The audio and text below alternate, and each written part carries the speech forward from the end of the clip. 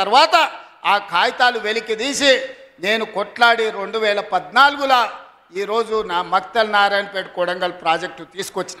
ఆనాడు 1500 కోట్ల రూపాయలతో అంచనా అయ్యింది.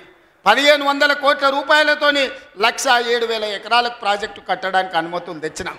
10 ఏళ్ళు నా మీద కక్షతోని పాలమూరు మీద పగతోటి చంద్రశేఖరరావు ఈ ప్రాజెక్టును పక్కన పెడితే ఈరోజు నేను వచ్చిన తర్వాత తిరిగి వాటిని దుమ్ము దులిపి పనులు మొదలుపెట్టిన. ఇవాళ 4,500 కోట్ల రూపాయలతోటి మక్తల్ నారాయణపేట కొడంగల్ ప్రాజెక్టును పూర్తి చేయాలి 2 ఏళ్ళలో అని ఈరోజు టెండర్లు పిలిచి పనులు ప్రారంభిస్తే ఇవాళ పగబట్టి ఆయన టీవీలలో పేపర్లలో అడ్డుకుంటున్నారని అంటున్నాడు. నేను అడుగుతున్న చంద్రశేఖరరావు, నువ్వు 70 ఏళ్ళు మాకు అన్యాయం జరిగింది.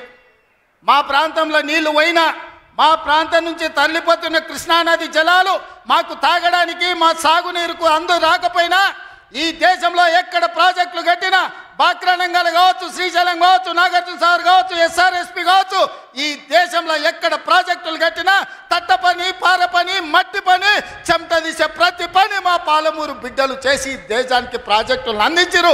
ఇవాళ ఈ దేశంలో పంట పండుతుందంటే మా పాలమూరు బిడ్డల స్వేదం ఉంది, మా రక్తం ఉంది, మా కష్టం ఉంది.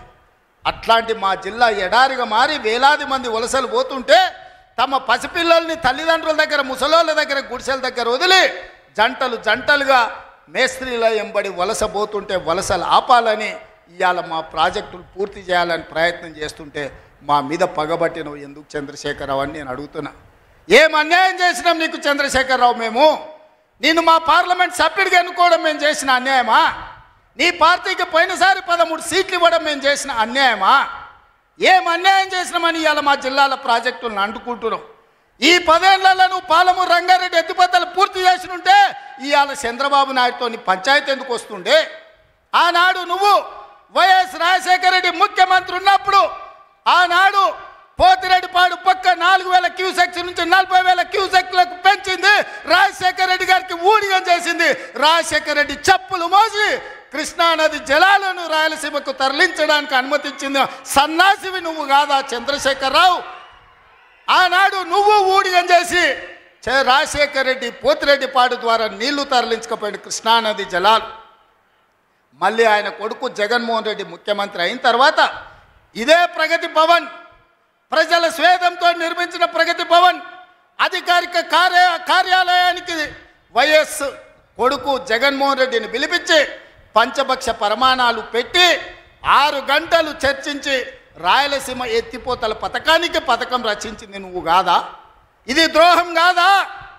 ఆనాడు రాజశేఖర రెడ్డితో కలిసి పోతిరెడ్డిపాడు ద్వారా కృష్ణానది జలాలను సీమకు తరలించకపోతుంటే హారతిచ్చింది నువ్వు కాదా? ఆనాడు మంత్రివర్గంలో నీ మంత్రులు లేరా? హరీష్ రావు గారు ఆ మంత్రివర్గంలో మంత్రి కాదా అని నేను ఇవాళ అడుగుతున్నా. అదే కాదు, జగన్మోహన్ రెడ్డి గారు ముఖ్యమంత్రి ఉన్నప్పుడు ఏ నీళ్ల కోసం తెలంగాణ రాష్ట్రం తెచ్చుకున్నామో, ఏ నీళ్ల కోసం శ్రీకాంతాచారి లాంటి యువకులు, నూనూగు మిసాల యువకులు ఆత్మ బలిదానాలు చేసుకున్నారో ఆ బలిదానాలతో సాధించుకున్న తెలంగాణలో కృష్ణానది జలాలు రంగారెడ్డి, మహబూబ్ నగర్, అదేవిధంగా నల్గొండ, ఖమ్మం జిల్లాలకు ప్రాజెక్టులకు, భూములకు పారాల్సిన నీళ్లు రాయలసీమ జిల్లాలకు తరలించకపోతుంటే రాయలసీమ లిఫ్ట్ ఇరిగేషను, అదేవిధంగా ముచ్చుమర్రి లిఫ్ట్ ఇరిగేషన్ నిర్మించుకుంటుంటే ఒక్క రోజైనా నువ్వు అడ్డుకున్నావా? వీరతిలకం దిద్ది జగన్మోహన్ రెడ్డికి పంచభక్ష ప్రమాణాలు పెట్టింది నువ్వు కాదా? ఇవాళ నువ్వు చేసిన పాపం ఇవాళకు మాకు శాపమైంది, ఇవాళ మాకు ఊరైంది. ఇవాళ తొందరలోనే రాయలసీమ లిఫ్ట్ ఇరిగేషన్ పూర్తి అయితే రోజుకు 10 టీఎంసీలు అంటే ఒక్క నెల రోజులు మనం కళ్ళు మూసుకుంటే 300 టీఎంసీలు శ్రీశైలం మొత్తం తరలించకపోవడానికి, మలుపుకపోవడానికి ఇవాళ పునాదులు వేస్తే ఆంధ్రప్రదేశ్ ప్రభుత్వం వీర తిలకం దిద్ది కాంట్రాక్టర్ దగ్గర కమిషన్ల కోసం కక్కుర్తిపడ్డది నువ్వు కాదా చంద్రశేఖరరావు? ఆనాడు సాగునీటి పారుదల శాఖ మంత్రి హరీష్ రావు కాదా అని నేను అడుగుతున్నా.